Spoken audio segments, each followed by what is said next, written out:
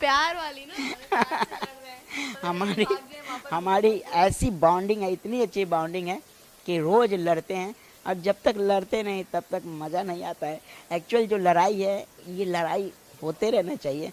अभी अभी हम रवि किशन जी के यहाँ गए थे गणपति जी में, तो उन्होंने भी कहा, मेरी पत्नी को बता रहे थे, लड़ाई उड़ाई झगड़ा होए के चाहिए, तनका छोटा बहुत झगड़ा होते रहना चाहिए। और क्या था कि इससे प्यार बना रहता है, लेकिन झगड़ा लंबा नहीं चलना चाहिए और इस झगड़े में रूसना नहीं चाहिए। सो मैं सैल्यूट करता हूँ ये बाबा रवि बाबा, जो इतना अच्छा ज्ञान देते हैं। ज्ञानी बाबा। और हम लोग भी लड़ते रहते हैं, लेकिन ये लड़ाई वैसी लड़ाई है कि अभी लड़े 1 घंटे के बाद वो भी बोलती है, हे खाना खाना लूँ, मैं हट खाना देना नहीं खाऊंगा, निकाल जल्दी। कभी धमकी नहीं मिलता है मायके चली जाऊंगी? अब मैके जाने का धमकी तो अब बच्चे नहीं हैं, कहाँ सर, जाएंगे। बोलती हैं अब भी हम जाई बड़ी, अब भी जाई बड़ी। फिर मैं उनको बोलता हूँ सॉरी ना, मतलब बिल्कुल। वो कभी नहीं जाएगी ना, मैं उन्हें जाने दूंगा। हम सब एक फैमिली से बंधे हुए हैं, यही तो है संस्कार। और आज जो लव मैरिज है, मैं जो एक मैं बोलना चाहता हूँ, इस विषय पर मैं बोलना चाहता हूँ। अरेंज मैरिज और सामूहिक परिवार, जहाँ पर दादी दादा मामा मामी चाचा चाची पूरा परिवार जो एक संयुक्त परिवार होता था, उन दिनों तलाक और डिवोर्स बहुत कम था, बहुत कम था, आई थिंक निशान भी नहीं था, अभी भी नामो ऐसा निशान है। नहीं था। अभी फिलहाल में ऐसा कुछ नहीं जी, चला है। लेकिन ये जो लव मैरिज जब से आया है, मैं खुद से लड़का पसंद करूँगी, मैं खुद से लड़की पसंद करूँगा, उसके बाद शादी करूँगा। उसके बाद ये लोग शादी तो कर लेते हैं, लेकिन फिर बोलते हैं हम थोड़ा सा प्राइवेसी चाहिए। तो प्राइवेसी के चक्कर में माँ बाप दादा दादी को छोड़कर अलग रहने लगते हैं।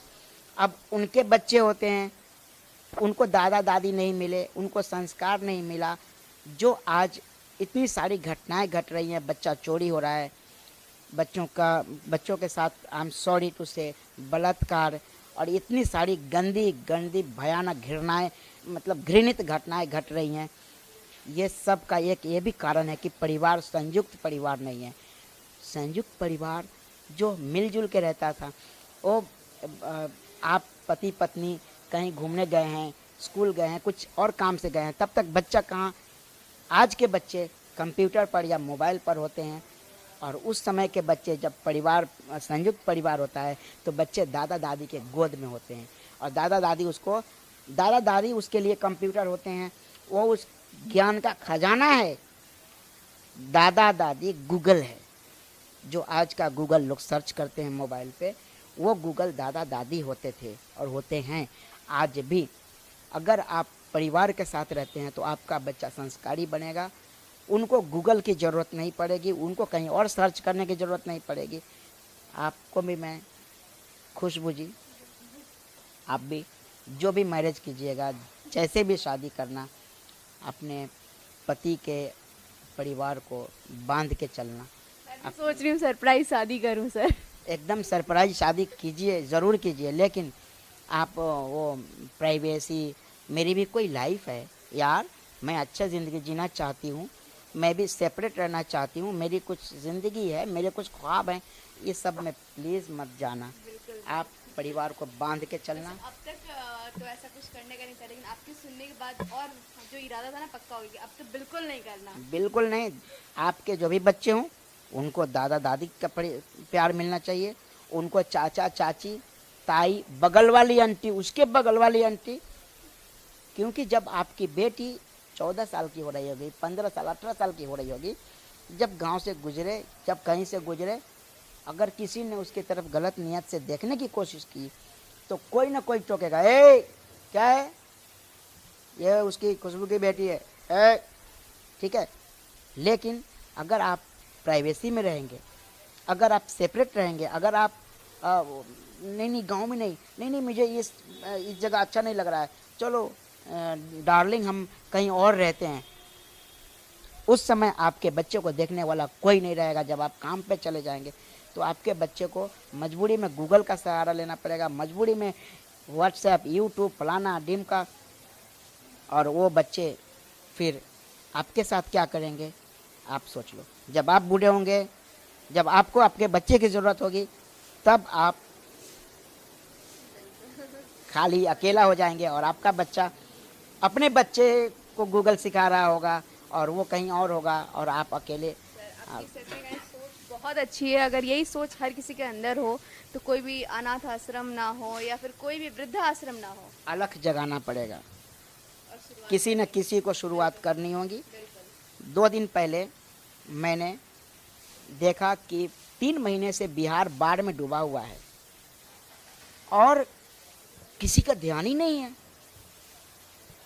हमारे आदरणीय पूजनीय, मैं बहुत मानता हूँ नरेंद्र मोदी साहब, हमारे प्रधानमंत्री जी पूरे देश के लिए बहुत अच्छा काम कर रहे हैं, विकास पुरुष हैं, बहुत अच्छा कर रहे हैं। लेकिन बिहार डूब रहा है पर किसी की नज़र नहीं जा रही है उधर। मैं बोला अरे किसी को तो अलग जगाना पड़ेगा। मैंने परसों आपने एक वीडियो पोस्ट किया। भगवान का लाख लाख शुक्र है, सेंट्रल गवर्नमेंट मोदी साहब ने खजाना खोल दिया है। आज मैं सुबह फेसबुक पर देख रहा था कि खेसारी जी बिहार गए हुए हैं, कोई और भी बहुत सारे कलाकार हैं, सब लोग करना चाहते हैं और कर रहे हैं। लेकिन आप कलाकार लोग, जो लोग भी बाढ़ पीड़ितों के लिए जो भी आप कार्य कर रहे हैं, जो अच्छा कार्य कर रहे हैं, इस पर आप नज़र भी रखिए कि आपने जो अनुदान की राशि भेजा क्या सही व्यक्ति तक पहुंचा। आपने जिनके द्वारा ये भेजा है उस पर भी आप नज़र रखिए।